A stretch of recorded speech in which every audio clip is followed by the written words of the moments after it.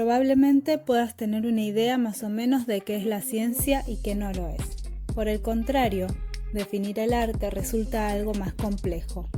Podemos ver el arte como una herramienta para expresar ideas, emociones, percepciones y sensaciones. También podemos considerarlo como el conjunto de las creaciones realizadas por el ser humano para expresar una visión sensible acerca del mundo, ya sea real o imaginario, empleando recursos plásticos, lingüísticos o sonoros. Y es en este último caso que el número de posibilidades de lo que es el arte se vuelve infinito. Si pensamos en la capacidad de la ciencia para crear belleza, podemos preguntarnos, ¿se puede hacer arte empleando conocimiento y tecnología científica? La respuesta es por supuesto. Y a su vez, ¿qué tal si esas creaciones artísticas nos permiten reflexionar sobre los avances científicos tecnológicos y sobre los cambios que la biotecnología pueden conllevar en la concepción de lo que se considera como natural? Es decir, emplear el arte para interpelar al observador a hacer reflexiones bioéticas. En estos dos casos, estamos hablando de bioarte. Aunque dependiendo de la fuente, hay sutiles diferencias respecto a su definición. Según expresan en el Museo de Historia de la Ciencia de Oxford, Inglaterra, el bioarte es un área emergente de la práctica artística que reúne arte y ciencia, utilizando medios biológicos y científicos, así como métodos artísticos para crear obras de arte. Explora la relación entre los seres humanos, la ciencia y la ética. Los bioartistas trabajan con bacterias, animales, tejidos vivos, entre otros, y también estudian los procesos de la vida. Empleando biotecnología o herramientas de ingeniería genética, las obras de arte se producen en laboratorios, galerías o estudios de artistas. El trabajo de los bioartistas pueden ayudar a ofrecer nuevos significados para nuestras vidas, tras el descubrimiento científico o plantear problemas para el debate social y ético.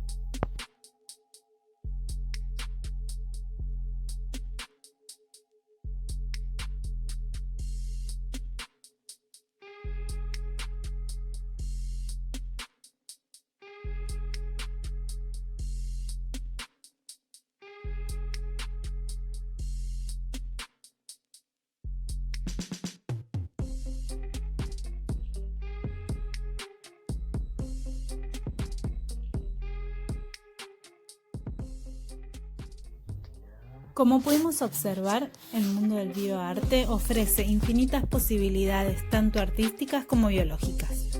En esta parte del video vamos a conocer 3 tipos de expresiones artísticas narrativas, las cuales nos van a ayudar a realizar la actividad que luego les voy a comentar. Historieta. La historieta gráfica o cómic consiste en la narración de una historia a través de una sucesión de ilustraciones que se complementan con un texto escrito. También hay historietas mudas, sin texto, que a partir de imagen se puede narrar una historia.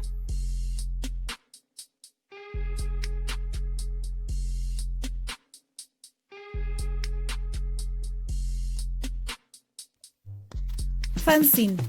La palabra fanzine proviene de una conjunción de 2 palabras, fan aficionado y magazine revista.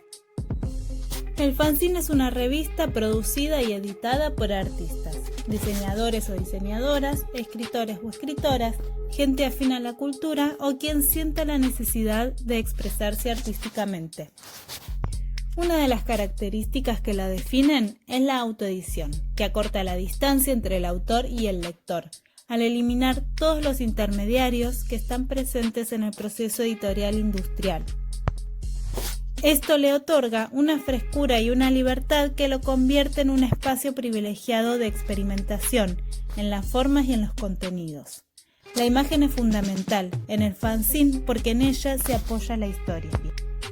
El fanzine surge a principios del siglo XX, pero en Argentina se populariza en los 80 ligado a la cultura punk. Durante la movida hardcore de los 90, las bandas complementaban sus letras con fanzines que explicaban su postura sobre distintos temas, sobre todo la música y la política. En los últimos años, el movimiento de fanzine en la Argentina está en auge. Algunos consideran que responde a los intereses de una generación de jóvenes que no se sienten representados por las revistas masivas y generan espacios independientes de creación y consumo de contenidos.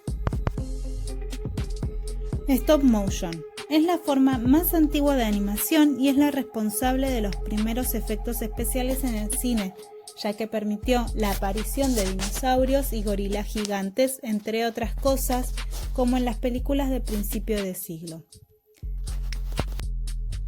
Data de finales del siglo XIX y frecuentemente se considera a Georges Méliès, cinematógrafo francés, como su precursor.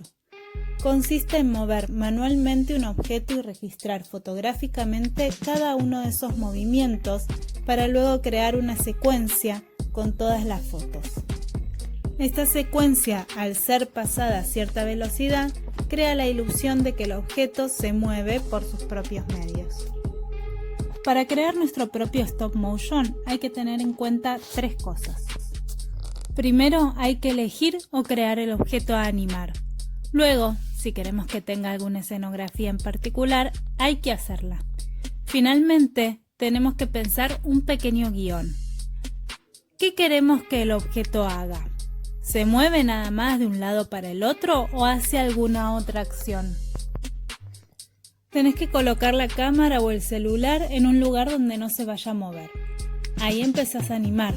Vas moviendo muy de a poco el objeto, tomando cada movimiento. Una recomendación es que antes de tomar la foto te tenés que asegurar de que tu mano no salga y que la cámara esté bien fija. Una vez tomadas todas las fotos, las subís al editor de video. Yo uso el Stop Motion Studio, pero en el celular hay un montón de opciones diferentes para poder armar tu Stop Motion. Mientras vemos un Stop Motion de Juan Pablo Zaramela, les voy a ir contando cuál es la actividad que van a realizar. Van a tener que seleccionar uno de estos 3 recursos artísticos narrativos que les acabo de explicar: la historieta, el fanzine o el stop motion, y explicar de manera didáctica el tema que están viendo en biología de microorganismos. Pueden elegir uno o más microorganismos y contar cómo se contagian, cómo viven, cómo se reproducen, siempre basándose en los apuntes de biología. Porque no se olviden que el bioarte siempre tiene una explicación científica.